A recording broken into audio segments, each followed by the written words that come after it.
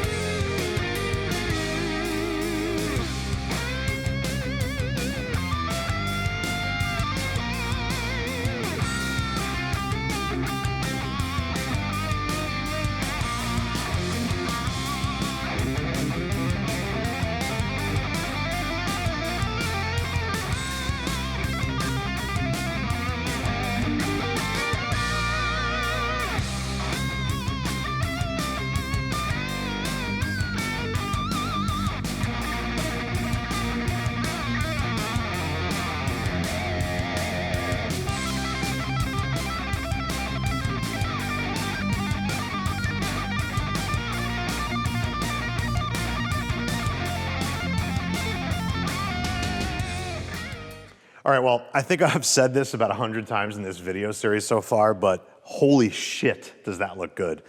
The polishing job on this pipe, but the way it looks on the bike even more so. I'm just blown away by how good it looks. It's really perfect. Not feeling bad at all about all this new chrome and the high polish. It is popping and it is working with the purple. So pipe's on, it's ready to go, nothing left to do there. I wiped whatever, no fingerprints because I was wearing gloves, but wiped it off. We'll wipe it off again. Gonna be real careful with it. But let's get a little more chrome on here, why not, right? So we'll go ahead and get the air cleaner put on. So what we've got for an air cleaner for this bike is one of Feuling's BA Air Cleaners. A little bit modified from how it would normally come. Nothing custom, just a few modifications. So this is the backing plate. So number one is we've got little nipples installed here, which are for Feuling's external breather kit.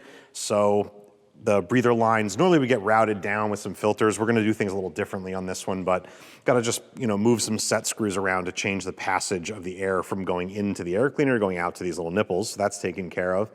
And then we've also got an adapter plate to adapt the air cleaner to the Mikuni carburetor. So rather than bolting this onto your throttle body or onto your CV carb, the Mikuni doesn't have bolts on it on the front. It's just an O-ring fit, similar to how the carbs attach on the backside. So we've got that backing plate bolted on already, and so we'll slide this on.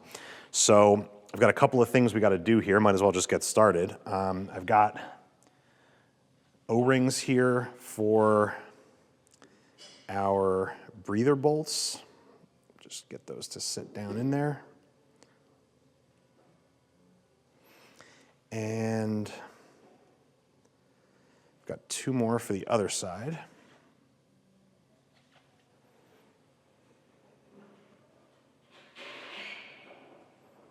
All right. And then in an effort to not drop anything, I'm just going to get this put right on. So we've got, basically it's all O-rings. So we've got two here and then one on the back. So I'm going to slide this. Hopefully this should just drop onto this carburetor because I got some grease on that O-ring. There we go. Perfect.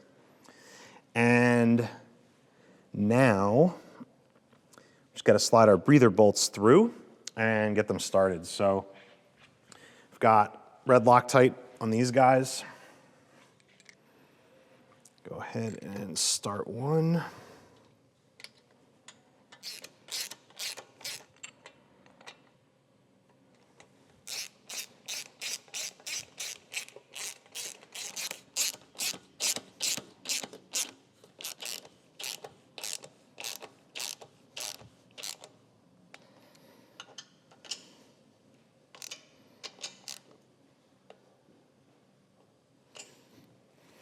Cool. So now I'm just gonna grab the velocity stack, the cage, air filter itself and cover, and we'll just get all that put on. All right, so like I said, cage and backing plate and velocity stacks kind of all in assembly. This could be the next thing to go on. I'm not gonna let this go either. Kind of have a sandwich here of a gasket, the cage, the velocity stack. There's another gasket in between these. They're all lined up and I don't wanna let go. So I'm just gonna put this on here and hopefully not lose any of the orientation, and we can get our hardware in.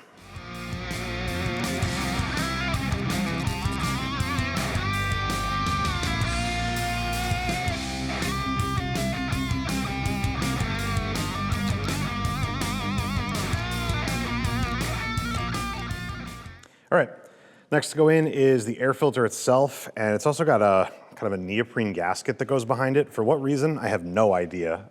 These are designed to seal against the metal surface, so what purpose this gasket serves, well, you'd have to ask Feuling that, I guess. But they made the thing, so we're gonna use it.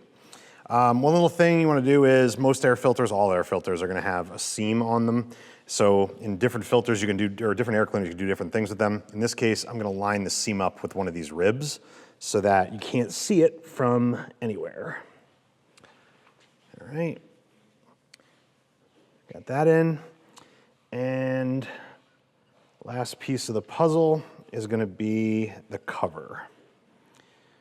So I'm just gonna, trying to hold that air filter in place.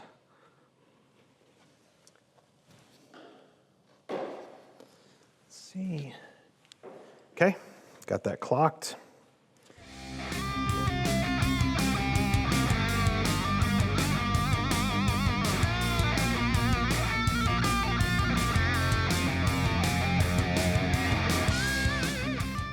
Okay, so the air cleaner and pipe done. Next little task we're gonna knock off the list is getting the hardware on for the shocks. It arrived as planned, so we're ready to do that.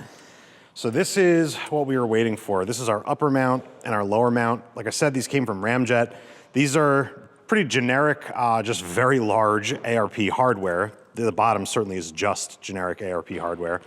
But the Ramjet specific piece is this machined spacer that is designed to work in here. Now, obviously you could just buy ARP bolts and you could make your own spacer, but the kit is the kit, and so that's what we went with.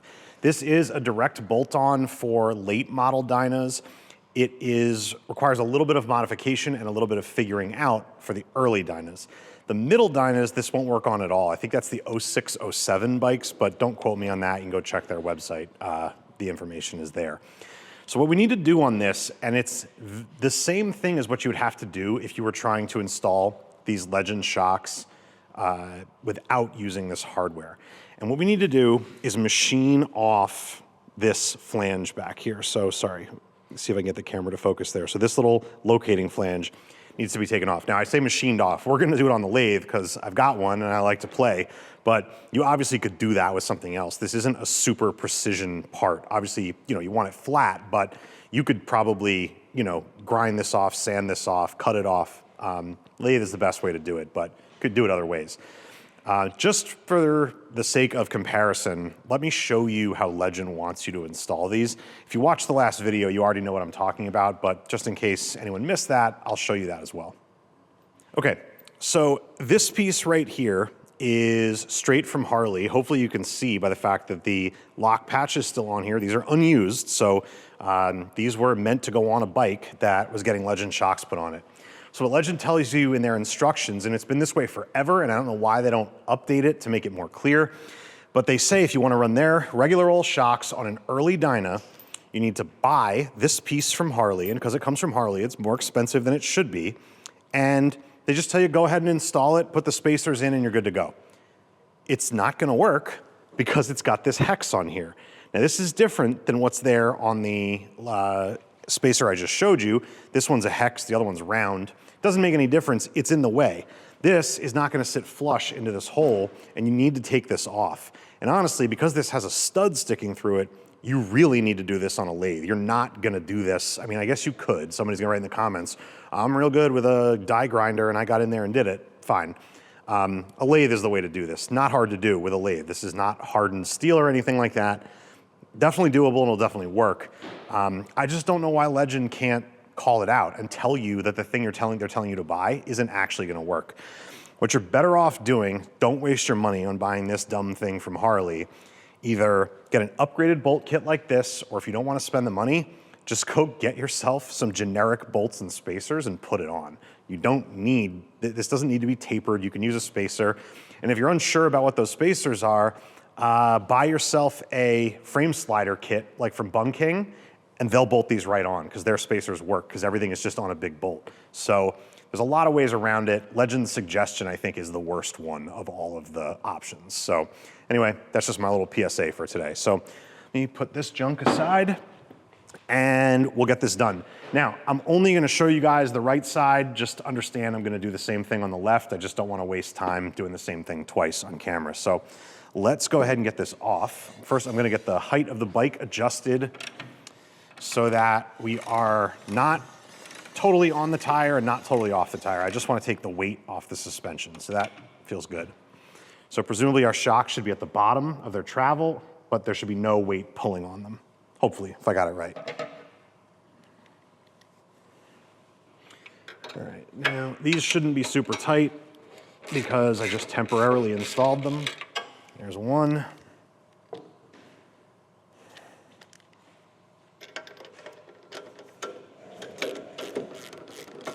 And there's the other.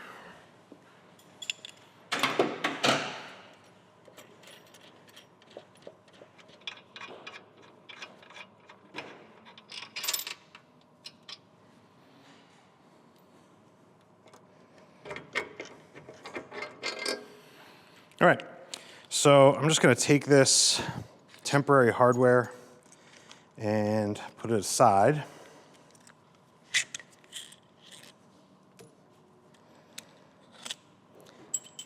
And I'm gonna put our shock aside for the moment as well. And right now I'm gonna head over to the lathe and I'm just gonna take this off. I'm not gonna film that. Leave me a comment, actually. I've been doing a bunch of little stuff in the machine room. If anyone's interested in actually seeing the footage of what we're doing on the Bridgeport or on the lathe, let me know and I'll include that. I just wasn't sure if anybody cared.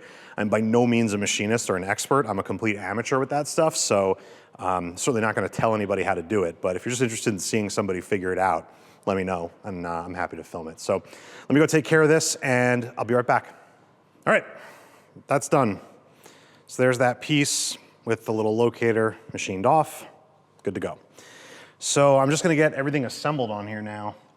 So this is all a matter of a little bit of guess and check and making it work with what you've got. Other than this spacer and the ramjet kit, we're gonna do this with everything that came out of the box with the Legend stuff. We're not gonna do it the way they described it, because it's wrong. But we are using the spacers. You can get them so that the shocks will sit correctly on these early bikes. The instructions are correct for the late model bikes, just FYI. All right, so I'm gonna start with just a small spacer on the outside along with the ARP washer. I'm gonna slide on a small washer and then our big spacer. Slide that in. And then on the bottom, got an ARP washer, a small spacer from the Legend kit. Slide that through. Got one of the bigger spacers from the Legend kit through the swing arm, and then we've got an ARP nut and washer.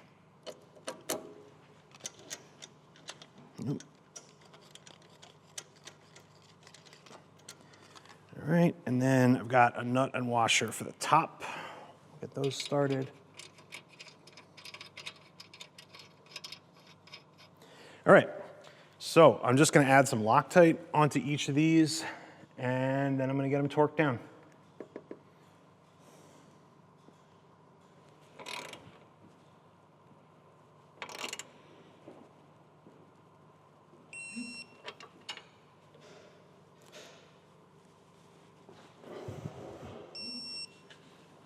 And two.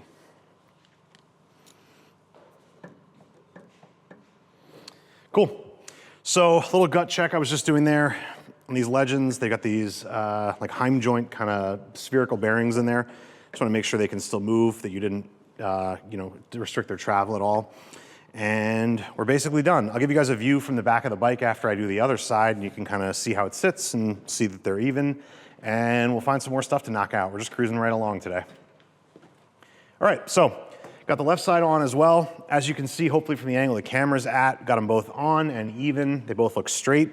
It can be a little bit, I don't want to say difficult. I don't want to make it seem like this is not an easy thing to do. Putting rear shocks on a Dyna is not hard. But it can be maybe just a little bit complicated to try and figure out the spacing because the upper and lower mounts are not on the same plane. So the spacers aren't going to be the same size. So it can be a little challenging to figure that out. The later model Dynas are different, but on these early ones, you kind of just got to figure it out and make it work and get them to go on there straight.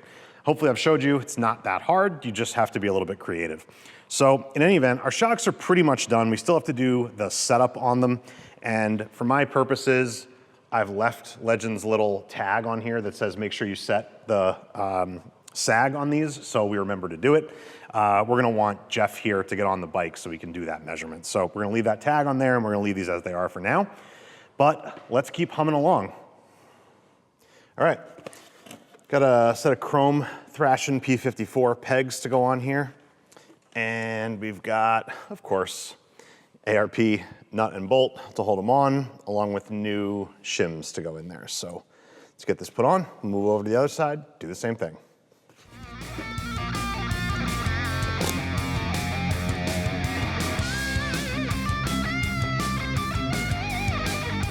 All right, same thing on this side.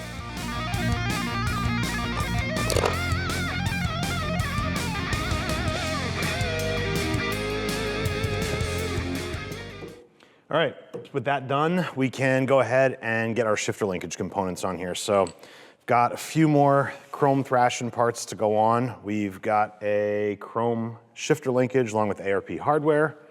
It's obviously gonna go in here. We've got a chrome shifter arm and a chrome shifter peg.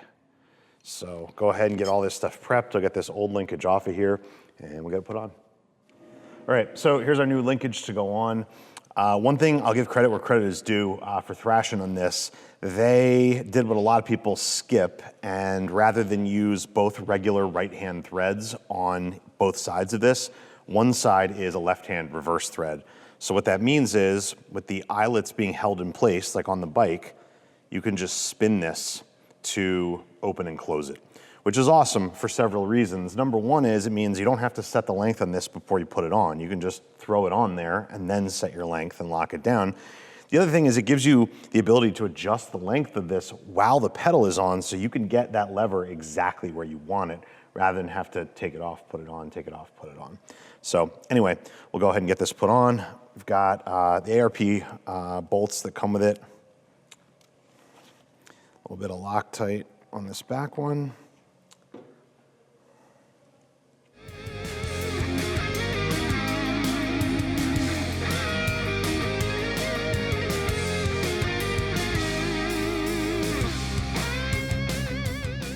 All right, got both sides tightened down. We have movement here, and we'll want to check and make sure both these heim joints, sorry, my hand's blocking it. Both these heim joints still have the ability to rotate once we get this locked down, but we'll cross that bridge when we get to it, which will be after we get the shifter arm put on, which is what I'm gonna do right now.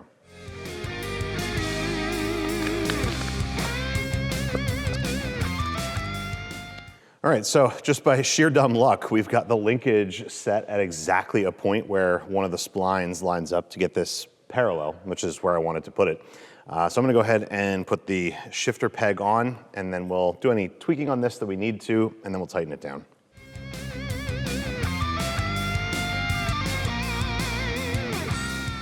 All right, everything works perfectly. I'm pretty happy with this location, but I'll give you a little demonstration here. So as I spin this one way, you can see the pedal moves down. I spin it the other way, you can see the pedal moves up, which I think is just kind of awesome that with a simple change of changing the threads in one direction, you can make this a much more useful part. And truthfully, I don't know why everybody who makes these doesn't do the same thing. But in any event, that's all there is. So let me just move over to the other side here and we'll get this tightened down. Keep rocking and rolling.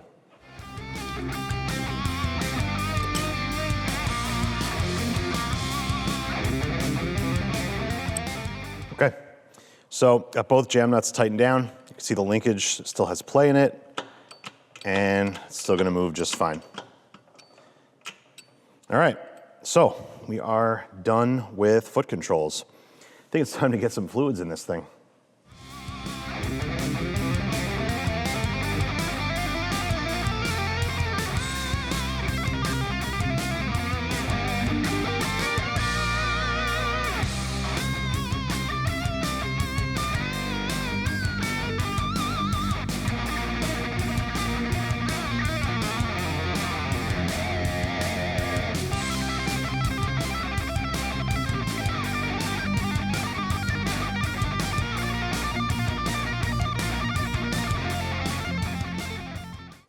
Okay, so we got our fluids in, got a new oil filter put on, obviously got the battery in, so we are finally ready to turn this motor over. So we don't have any fuel in it yet. Spark plugs are disconnected and removed. So the idea here is we want to build some oil pressure in it. I mean, obviously we already turned the motor by hand. Go back to, the first video where we put the cams in and, reassembled the top end. Bike hasn't been spun at any speed since then. So number one, running it with the starter before you try to start it, a little safer that way, without damaging stuff, but also gives the opportunity to build oil pressure and get oil back up to the top end before you really fire the bike. We also obviously have the manual starter that we put on. We haven't had a chance to test that yet either. So We've basically got a lot going on here that we can sort of test all at once, and that's what we're gonna do. So normally what I would be doing here is we'd crank the bike over and I'd be watching the oil pressure light and I'd be looking for that to turn off. It will build enough oil pressure with just the starter to do that. However, because this bike has no gauges or indicator lights on it, we're just gonna have to kind of do it manually and just crank it enough that we hopefully build some oil pressure so when we start it, we've got oil everywhere we need it. So I'm gonna go ahead and turn our key switch, and we've got gauges, we've got a headlight. Let's see if we've got crankage.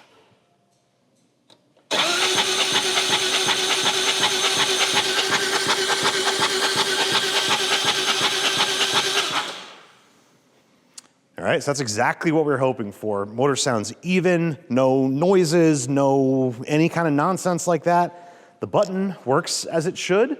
Everything is perfect that way. That's probably not enough to build the oil pressure we want to, so I'll probably do that a couple of times. And then basically from here, we'll cut back to actually trying to fire the bike up and see how it goes.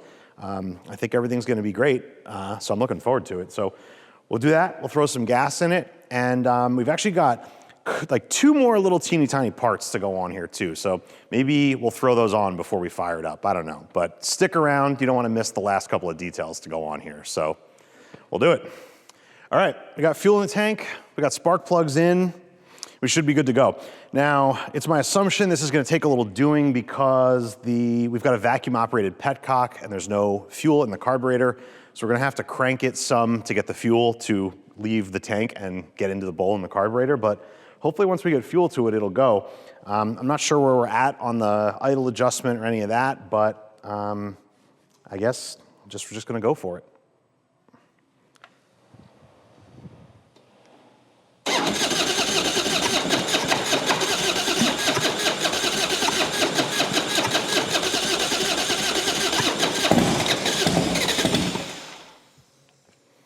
Well, that's a little bit, that's something. Let's give it another shot.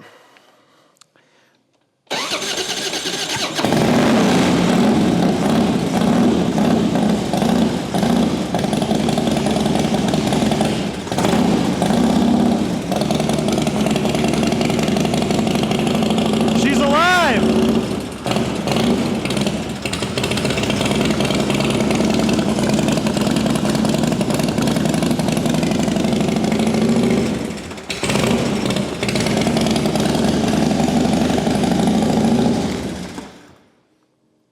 All right, well, that was our first startup. I only let it run for a couple of seconds there. Just wanted to put a little bit of heat into the pipe so we can cycle it. Trying to get this to burn in nicely, if that makes sense. So I'm gonna let the bike cool off. We'll start it again. I'll show you guys the next startup as well. Hopefully we'll let it run a little longer. I did just record putting on one of the final touches, but the camera died. And that was getting this decal put on this caliper.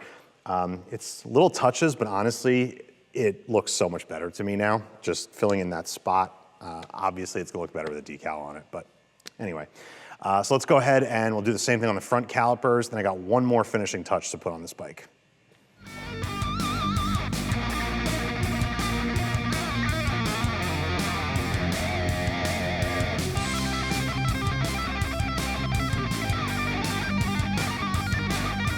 Boom, killer.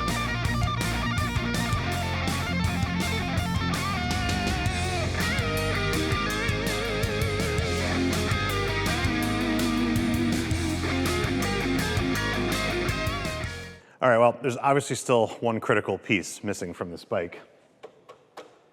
We need a seat. And there it is. Lapera tail whip, obviously got a bunch of customization going on here with their gripper material and purple stitching, the big Lapera logo on the side, and then Jeff's name for the bike on the back of it. Focus camera. Purple Rain, that's what he went with. Pretty cool. Let's get this thrown on.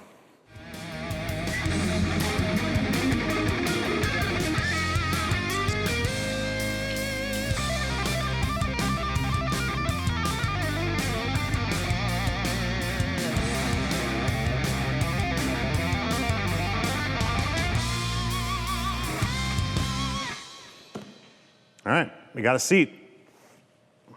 You guys probably can see what it looks like better than I can. Yeah, that'll play. All right, I think it's probably cooled off enough at this point that we can go ahead and give it another shot, see how it runs. All right, let's do one more heat cycle on this, and then we're gonna call this bike done.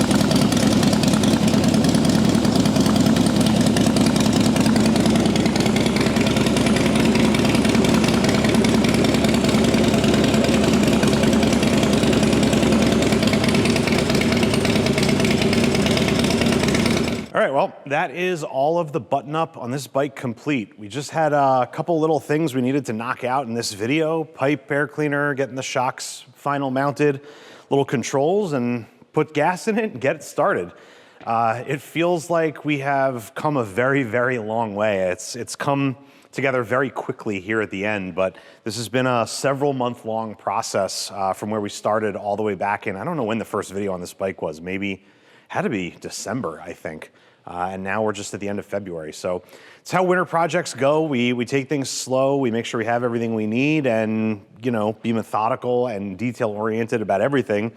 And hopefully the final product speaks for itself. I really could not be more thrilled with the final outcome of this bike. I think everything from one end to the other just really came out just about absolutely perfect. I'm just walking around and kind of looking at this from all sides, but I really think there's nothing to complain about here. So our customer, Jeff, is, I think, probably on his way over, probably like right now, to come and get the bike. He's been amped up to get it. So we won't have it here in the shop much longer.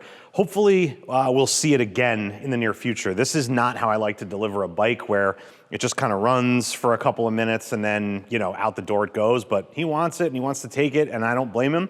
But hopefully when the weather's warmer, normally I'd like to test ride a bike, put some miles on it. But we'll do what the customers want to do. So it's snowing again today, so really nothing we can do to get this bike on the road. So that's how it's going to sit, and this is how it's going to be delivered. So I hope for those of you who kind of followed along and watched the entire series on this, you enjoyed it. And if you're just jumped in this last video, go back and watch the rest of it. But yeah, I guess that's gonna do it on this video. I've got a bunch of other stuff we're working on right now, so we will have another video out very shortly. We're headed out to Daytona Bike Week in 4 days or something like that, and I got a couple of bikes we gotta get done for that. And well, I guess we're just gonna keep cranking away. So thanks for watching. We'll see you on the next one.